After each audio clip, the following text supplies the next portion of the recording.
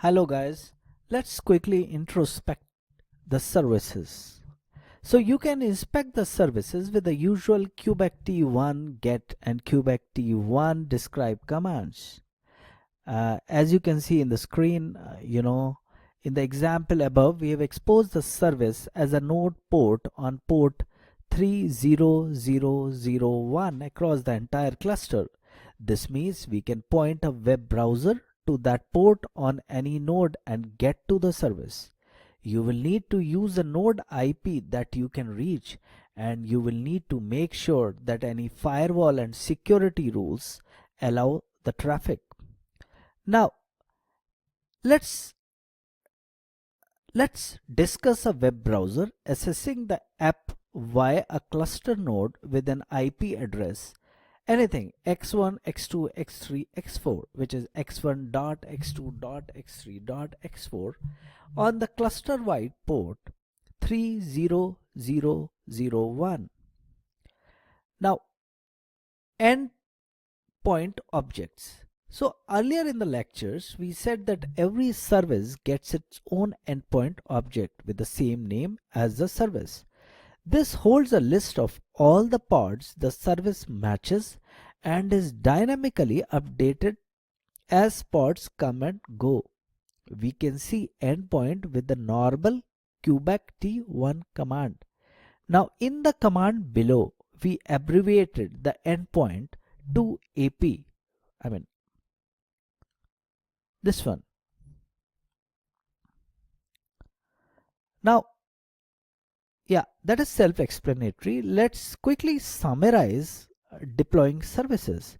As with all Kubernetes object, the preferred way of deploying and managing services is a declarative way. Because they leverage labels, they are dynamic. This means you can deploy new services that will work with pods and replica sets that are already deployed and in use. Each service gets an endpoint object that maintains an up-to-date list of matching pods. Let's take a couple of real-world examples. Although everything we have learned so far is cool and interesting, the important questions are: how does it bring value, and how does it keep businesses running and make them more agile and resilient?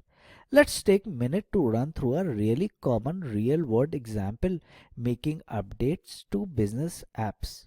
We all know that updating business application is a fact of life. Bug fixes, new feature, etc. Now, let me share, yeah, let me share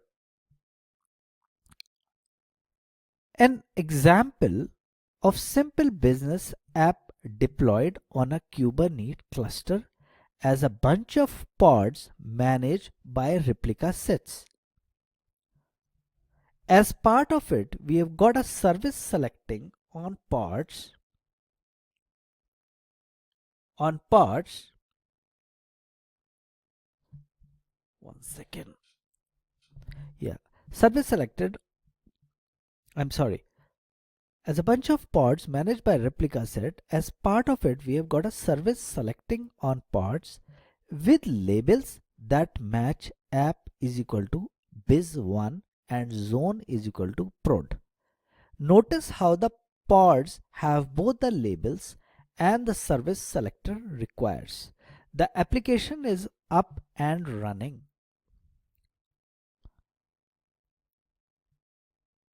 Let's assume we need to push a new version of the app, but we need to do it without incurring downtime. To do this, we can add pods running the new version of the app as shown in figure below, which is this one. The updated pods are deployed through their own replica sets and are labeled so that they match the existing services label selector. The service is now load balancing requests across both versions of the app, version 17.06.02 and version 17.06.03. This happens because the service label selector is being constantly evaluated, and its endpoint objects and VIP load balancing are constantly being updated with new matching pods. So once you are happy with the updated versions, forcing all traffic to it is as simple as updating the services label selector to include the label version 17.06.03. Suddenly the older version no longer matches and everyone's getting served the new version, as you can see in the screen. However, the old version still exists.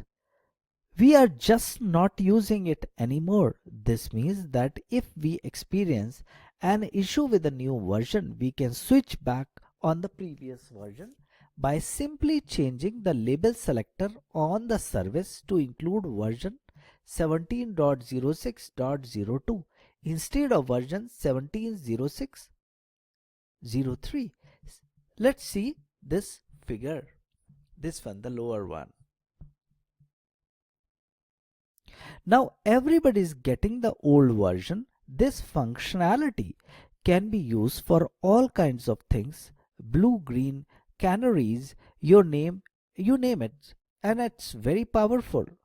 Let's quickly summarize the last two lectures. In the last two lectures, we learned that Kubernetes services bring stable and reliable networking to app deployed on Kubernetes. They also perform load balancing and allow us to expose elements of our application to the outside world.